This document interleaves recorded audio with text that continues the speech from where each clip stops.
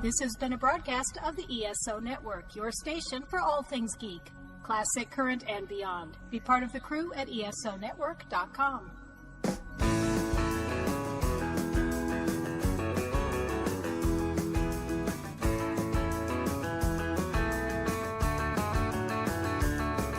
Hey everyone, I'm recording this as a dramatic storm is coming in, dramatically, which is appropriate given, of course, the storm that we're going to talk about.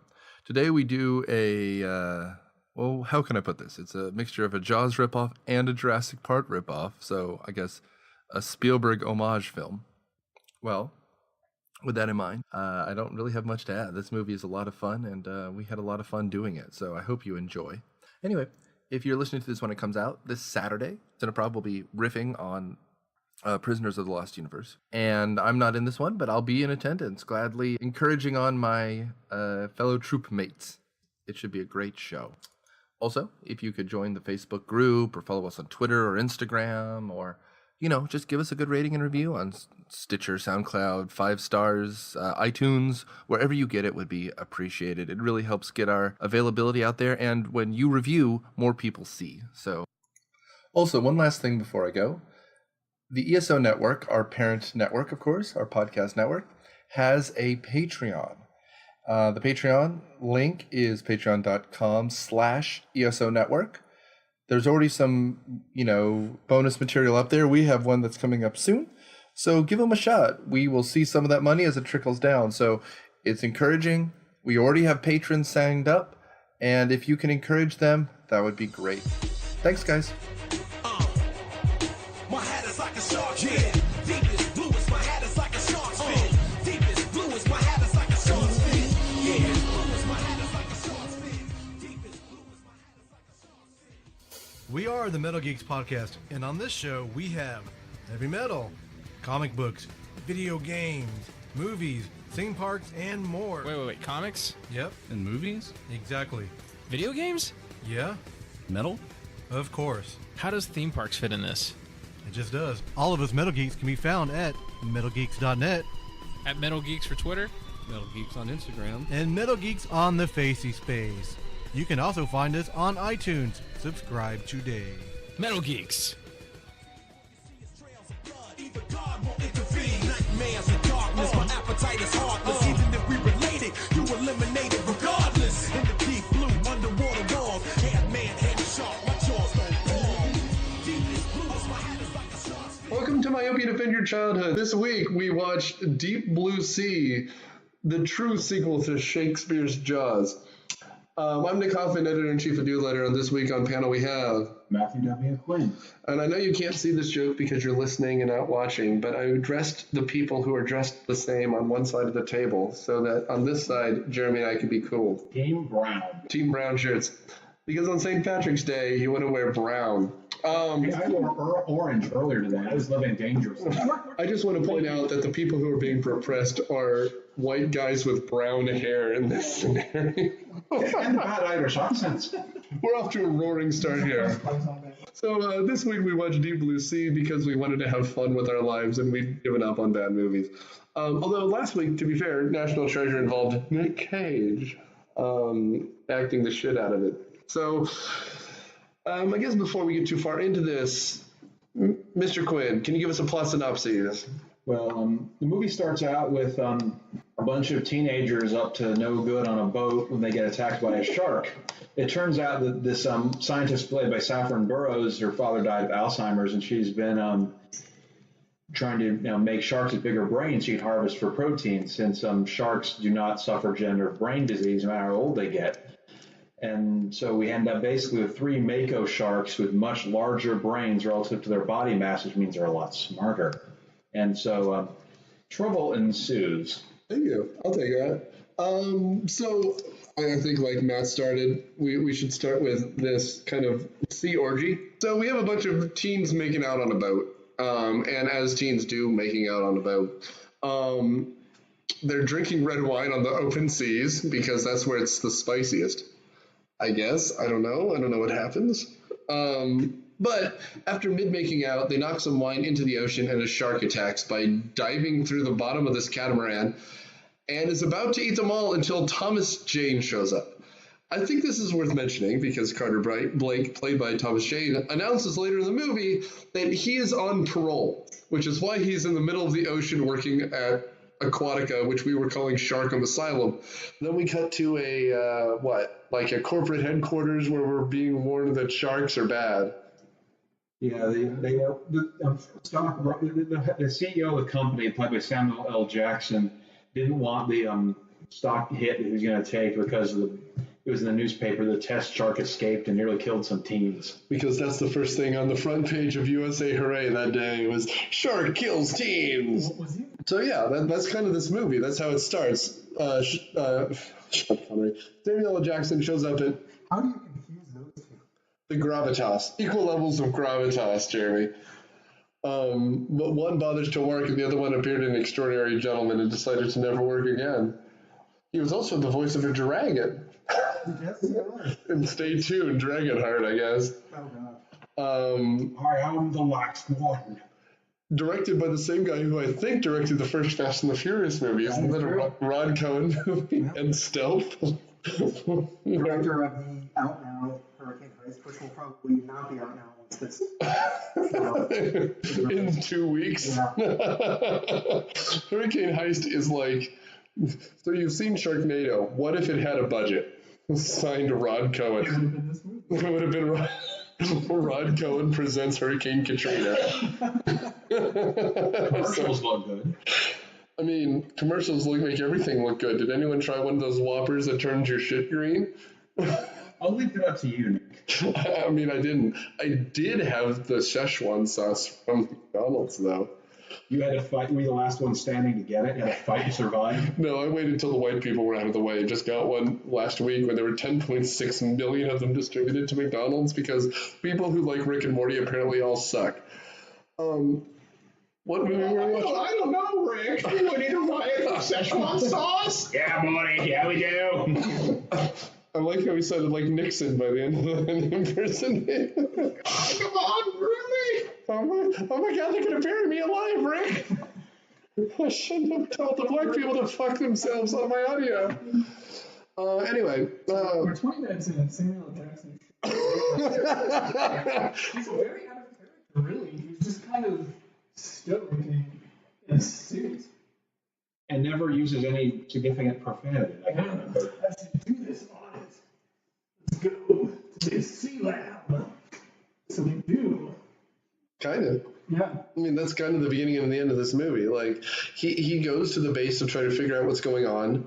They show up, well, let's back up. Half the cast leaves. In the first 5 minutes, they show up and the party boat is leaving. It's like, there's this Carnival cruise filled with alcoholics just partying, and they play Hot, Hot, Hot or whatever it is. It's like Jurassic Park, where they send most of the people off the island to get eaten. Yeah. Everyone left. There goes the movie. They literally drive out of movie town to the final scene. They're the party boat. They're gone. Yeah, the sharks are sitting there watching them go and grumbling. Oh man, they're my appetizers. I'm leaving. I don't know what that accent is, but I wonder if they're kosher. Woody Allen. The shark is not kosher. And the shark is not kosher. So we're looking at the skeleton crew. No. I mean, and that's kind of it. The rest of it's kind of just a B horror movie. I mean, it's interesting because we referenced 3 Spielberg movies in a row, right? There's Jurassic Park of this, where there's a high-tech base surrounded by bad fencing that all of a sudden a hurricane hits. This is literally Jurassic Park. There's also the Jaws aspect of it. And there's kind of the Lost World bit of it where, we don't really care anymore, so it's just shitty CGI. I was expecting you to If Robin Williams voiced someone for no reason, better movie. This is pre-suicide. And completely random musical numbers that were cut from a larger script. So can we talk about the shitty CGI for a second? Yeah, please. Because I felt like the movie had good effects to a point. Yeah. I expected the entire thing to be shit. Yeah. It wasn't.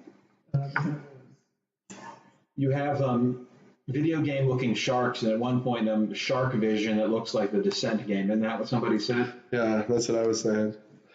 I mean, and I don't disagree. It not only feels kind of like cheap, but it's also underwater, blurry, kind of gray blue the whole time. It's something, that's for sure. But they've got like real sharks, and then they suddenly have, like you said, like crappy video game sharks, and it's just terrible. Yeah, all of it is so bad. I mean, that gets me thinking. If it was realistic, would that have made this movie better or worse? Because it's a movie you have fun laughing at. But if it had been, I guess I don't want to say realistic, but I think that might have made the movie worse because it would seem like the movie was trying. Well, I didn't really have. The movie was all right, but one of the big problems with it was the bad video game sharks. So if they didn't have the bad video game sharks, I would think it would be better. I want shittier sharks. If they're shittier sharks, we could have spent more time animating shittier sharks, and it would have been great. I don't know. That's what Sharknado is for, Steve. I wish. Hey, but I mean, you make that joke, but Sharknado came out like 16 years after this. I don't know if you could have gotten much better shitty sharks than this. Like, I don't know how much this movie cost, but for 1999, these effects aren't bad. This is like, what, 2 years after Jurassic World, or Lost World, rather? Like, this movie probably cost a good bit of money, right? It actually cost the same amount as The Matrix, which came out the same year. That's really sad. That's a lot of money. And I bet you some people remember this one less than, like, The Matrix for some reason. How much did they pay Samuel Jackson? That's probably where all the budget went. So, I guess then what? Like, okay, so after this we have a kill count. Like, this is when it becomes like a monster movie, right? We have the first one to die is Stellan Skarsgård. They're sucking out the shark's brain goo, right? Mm-hmm. And the shark wakes up and he's like, I mean, what's that Hayden Christensen movie where they wake up in the operating table? Awake. Yeah. So all of a sudden it's like, oh no, I'm being operated on. And he starts freaking out and he starts killing people, as you would. And then for some reason, Harley Quinn, as we were calling her, in Sharkham Asylum, frees the shark rather than letting people go. Meanwhile, Stellan Skarsgård, who plays Selvig in all the Thor movies and the Avengers movie, gets his hand bitten off. Yeah, he spends the next several minutes bleeding all over the floor. Slow-mo, man. And scrambling. He's doing some serious scurrying. He was. And while he is scurrying, they call an HVAC. Janet Soprano calls an HVAC to get him out of there. They should mean evac. They're not going to set up an air conditioner. Sorry. They're trying to keep him at a proper temperature. So they call him a helicopter to get him off of Sharkham. And as Janet Soprano is screaming, does she die? Do we see her die? She's in the tower when it blows up. Oh, that's right. I was asking about that for a while. I was peeing. At a certain point, I just had to get another beer and pee. But anyway. They set up her character. It was very obvious she was going to die. Yeah. Did that quickly. There's music playing in the back, and she doesn't give a shit about her job. It's a horror movie. Of course she's going to die. And then 20 minutes later, she's just gone. There's no mention of her. She's dead. Well, I mean, she's barely established. She was never on set the day anyone else was. She's a very unlikable human being, I imagine. We apologize in advance if she's not, in fact, a horrible human being. And if she's listening. I mean, if Jen of Audience Eternal is listening to this podcast, we will. Why wouldn't she be? I know it's the wrong movie and the wrong character, but I just think whenever I hear a mafia movie and a woman, I just imagine Godfather. Johnny Rossi is a whore, or is that not Goodfellas? Whatever. Who knows? Who gives a shit? Anyway, she's pretending not to be an Italian stereotype in this movie, and they call for an evac. And Stellan Skarsgård, who is unconscious and bleeding, gets attacked by a shark. Yeah, he's on this stretcher. They're trying to pull up into the helicopter, and the winch breaks, and the cable drops him into the water, and the shark grabs him, pulling the helicopter into the complex and blowing it up. Booyah. Yeah, and then this masochistic bastard chucks the gurney straight into the window. And he's less structural integrity than anything in the world. And he's still conscious the whole time, so you know his eyes bugging out as he gets thrown into the window. I will say, if I wanted to be any character in this movie, he might be the character I'd want to play. Because it's just, he gets to say smart words, look kind of drunk, and then he just gets drugged through the water for 3.5 scenes. Like, and when you think he's dead, literally, it's like a Looney Tunes gag, as someone said earlier. You just see off in the middle distance a gurney flying towards the screen. And they're like, huh. What do you think that is? And you just films you under the water. And then his face just slams into the screen over and over again as CGI spiderwebs appear where the cracks are supposed to be. It might be the shittiest thing we've done in a while. The CGI in Space Jam looks more realistic. This is the moment where you go, wow, these sharks are smart. Yeah, because it uses a person on a gurney as a missile to break through glass to get to more people to eat them. That's pretty clever. This is where I wish we were watching this in Colorado, if you know what I mean. Like, there's just something so stupid about how this goes. Like, because, like, I guess 6 months ago at this point, we did Event Horizon. And, like, that's a movie where you're trapped in a space and shit goes to hell. Like, it goes back, like, literally to hell. Literally. But, like, at this point, like, you can't take anything seriously. Everything is so absurd. Everything is so cartoonish, this entire movie, that when people are dying, you're just like, well, yeah, why didn't you go up instead of down? Like, when Michael Rappaport dies, he's literally like, this is a bad idea, isn't it? And everyone's like, yeah, it's a bad idea. And then a shark tears him in fucking half. The only person who gets, like, a God-fearing, like, noble death is Samuel, which we might as well jump to, because what else happens in this movie? That was a great scene. It's really great. It's the best scene. Is it the best death? Like I have a list of my favorite deaths in movie history. This might be number 4. Number 1 for me might be the death in Volcano, or what's his name, jumps into the lava and melts. Is it John Carroll Lynch? John Carroll Lynch is like practically he's saying the Hail Mary as he's carrying a corpse out of a subway car and throws it as he melts into the lava. And then in Lost World, where Richard Schiff gets torn in half by 2 T-Rexes after Vince Vaughn asks him to order a cheeseburger. And they have that same death at least twice in this movie. People get torn in half. They do. Samuel gets torn in half. Well, not by sharks. By 2 sharks. Yeah. In Sharko. And then someone else gets torn in half and their legs kicking as for like several minutes. Michael Rappaport, yeah. So Samuel, okay, so essentially after Stellan Skarsgård's body gets thrown into the wall until it breaks, they escape. They go through several kind of like locks. I mean, this was, I think, filmed on an old battleship. So there's these big, heavy concrete, like steel locks. Yeah. And you can almost imagine the scene somewhere where they're like, it's like pitching like the Titanic, where they're like, well, there's possibly 16 places that it would have to rupture before it would flood. But what if there was a super intelligent shark, said a shark with a mustache? And they're like, well, they could never get through all 16. And the engineer pitched this, and they said, we don't need that. That's Sharkum Asylum. This is the best part of the movie, by the way, because this is where Samuel L. Jackson is Samuel L. Jackson, where he says, I'm not a suit anymore, I'm a badass motherfucker. And he starts telling everyone what to do. And I'm sick of these motherfucking sharks on this motherfucking Sharkum. And then That's right. And he's going to do a speech now. And everyone's going to listen about how Samuel L. Jackson had to be a cannibal. Because, God damn it, that avalanche came through, and we couldn't all survive if it weren't for those 2 people that we ate. Yeah, it's not. I'm not totally sure what happened with that. My impression, the 2 people went crazy and they had to put them down. No, they didn't. they definitely ate them. Well, once they're dead, waste not whatnot. Well, if you kill them first, though, that's a little bit murkier. Because I think the line was literally 7 people went up that hill and 5 came back. And we said that 2 of them were killed by the snow, but that wasn't true. And, like, that's kind of... Snow, I mean on that. I was sick of the snow and I wanted some white meat, if you get me. Because that's literally, I think... But isn't that what LL Cool J's first line is? Like, brothers like you and I shouldn't be on snow. And he goes... and as he adjusts his collar like he's Rodney or something.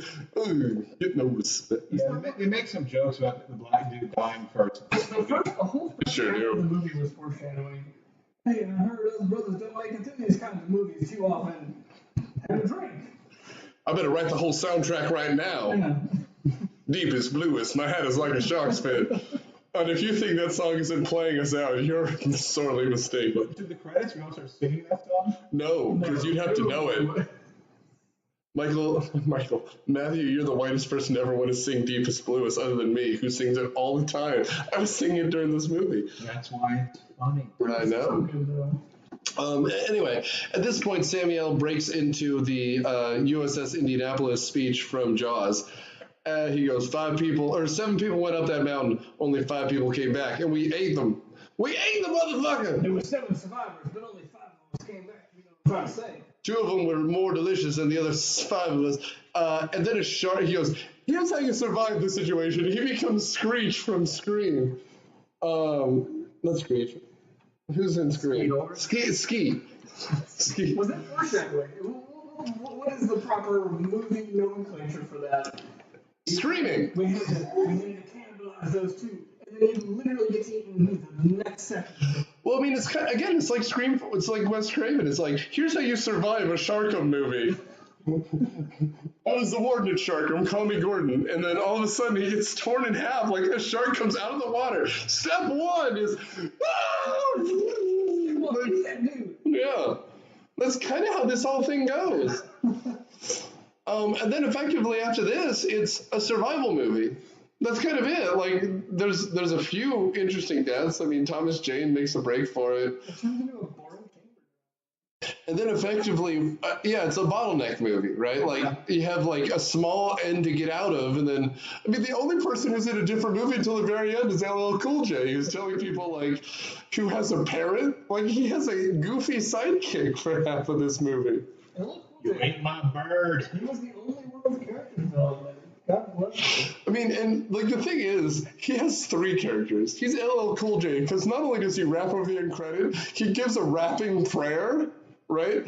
He's also preached because of that, and he's a chef. His final words is, "If I don't make it, if you're watching this, I haven't made it." So my final thoughts are: here's how you make the perfect omelet. People want to say use 3 eggs. That's a big problem. Use 2 eggs. It's just like Jesus he makes Christ. a speech about how he was a failure as a preacher and a failure as a father, and then he starts talking about omelets. Again, someone who's back. You know what? If Deep Blue Sea isn't his origin story, Preacher Begins. And he's the only one that steps up in this movie because Carter is a static character. The doctor is a static character. She's only protecting her assets. Samuel Jackson gets eaten. Everyone else gets eaten. But the chef, the dude making the least amount of money of anyone in this damn aqua lab, steps up, pulls out a harpoon gun, and shoots the shark, risks his life multiple times. This dude passes his way through an oven, was the only character that had any development and stepped up and was like, you know what, the rest of you fucking suck, I'm gonna save us all in this awful situation. If he dies, how's he going to get rich off his perfect omelet recipe? It's true. How's he going to propel his rap career into, the upper echelons? And The rapping preacher chef, that's his thing now. Although it'd be like Tupac, right? If he had already... Oh my God! If he was taken out by Bobby Flay, there he's making omelets, and Bobby Flay was to fucking take him down. Another shark shows up and shoots him. I heard His the crew and his other crew fight. I heard the police killed him, actually. No, he's alive in Cuba. The shark tried to kill him.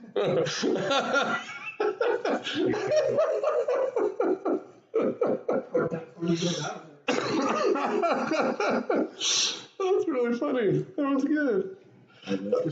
Yeah, right. I was trying to think of what's the rapper who's in Sharknado 2? Was it a shark wearing a backwards baseball cap? No, it's Biz Markie. I love it. If instead of Biz Markie and Sharknado, it was LL Cool J. And it's like, instead of owning a pizza parlor, they're making omelets. He's like a French chef at like... Is his character a parody of LL Cool J? No, it's literally Biz Markie just making pizzas. At one point, I think they throw a shark into a pizza oven.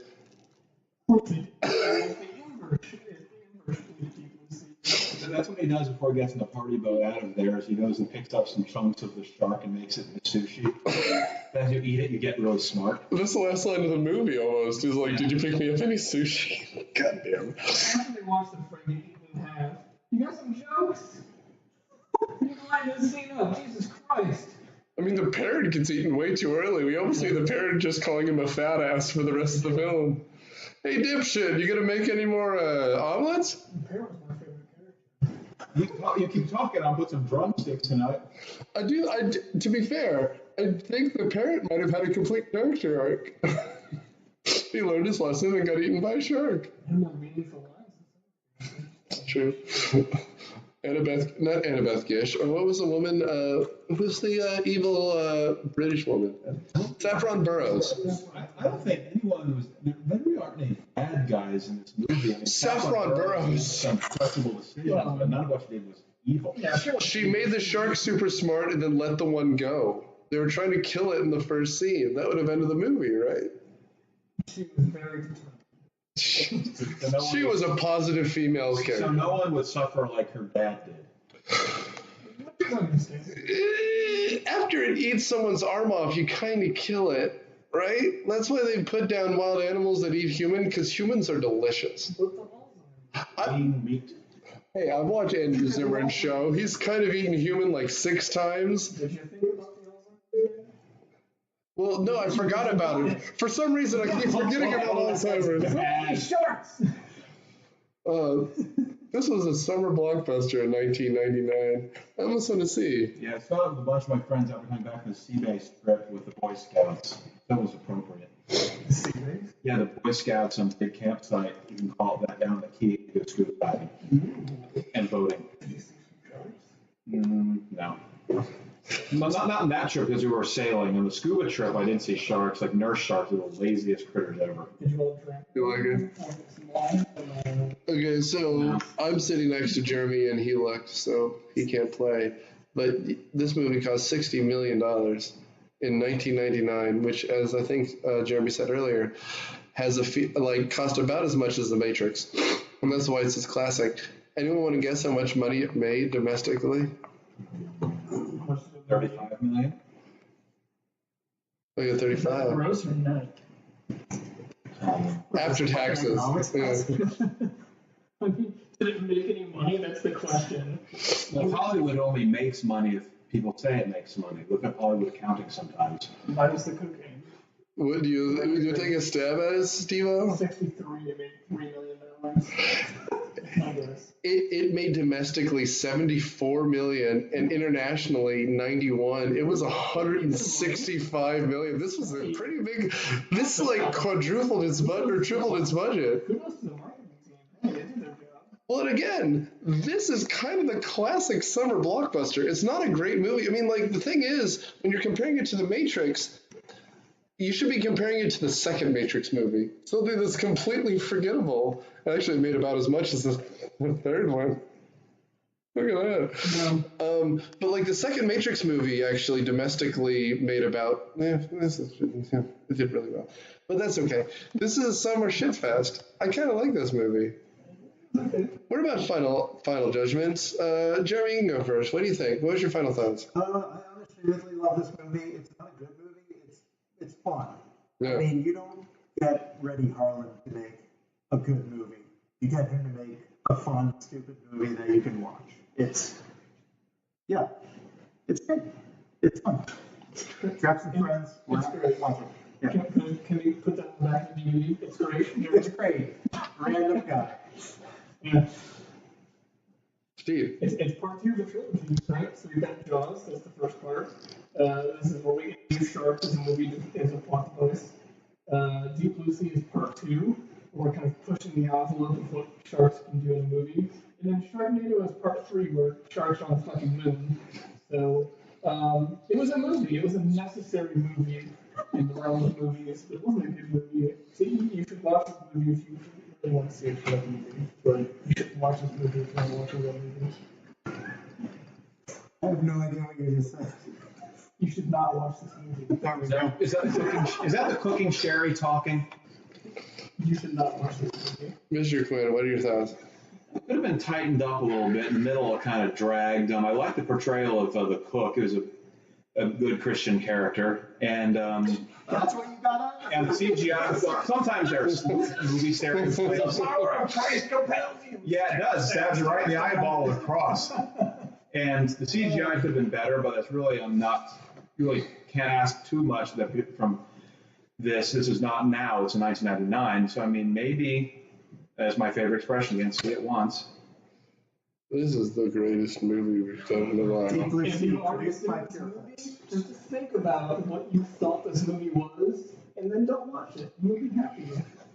I mean, I don't know what to tell you guys. This movie is so much fun. Like, Matt thinking this is a Christian character kind of capitalizes on what this movie is. It's literally all like, this is the David Blaine of movies. The second you think you know what's happening, they're gonna pull some shit out of something else. Gonna wiggle his way out of the chain and strangle a shark with it. I mean, it's. I mean, that's kind of what it is. It's like one of those movies that they advertise on late night TV, where David Blaine's like at Will Smith's house, and he pulls a quarter out of like a beer glass, and just like, and Will Smith's like, "Get the fuck out of my house, you magician!" like none of it matters. It's all bullshit, and if you can find any pleasure in it, you've won. Like that's what this movie is. You've won just by watching it. Because Yeah, Steve, I won. Can we review it, David, please? he's just sitting on top of like a column for 3 hours, just farting around. Drama is still building. Is he gonna die? And who cares, man? Spoilers, no. Penn just comes out and just like shoots him in the head and walks away. Do something. The end. Oh, mercy. All right, guys. So we're gonna end this, of course, by playing Deepest Bluest. I think we all. I mean, except for Matt, who was looking for Christian values in this movie. Would you rather have made a joke about the wine transubstantiating into the blood and that's what attracts the shark? That's kind of how we started this movie. Okay, so very quickly, would you guys have rather seen this movie or the scene from Old Nile Jones in the grotto thing? I think we should have just had literally Jaws, like the character from the Roger Moore movie, swimming around, biting people in half. I think that would have been a better movie. A Bond horror movie? I mean, shit, son. He did that. Was Octopussy basically a Bond horror movie? What's the one with the voodoo in it? That could be a Bond horror movie. Live and Let Die. Yeah. Yeah, and it's got an actual voodoo god in it. It sure does. Baron Samedi.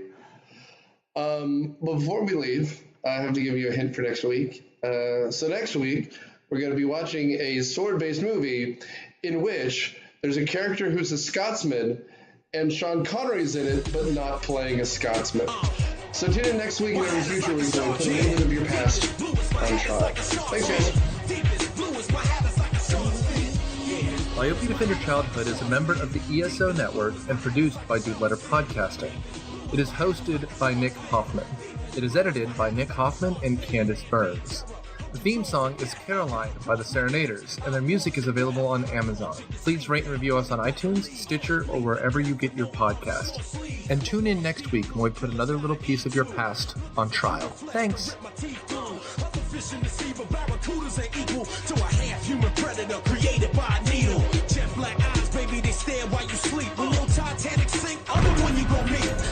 This has been a broadcast of the ESO Network, your station for all things geek.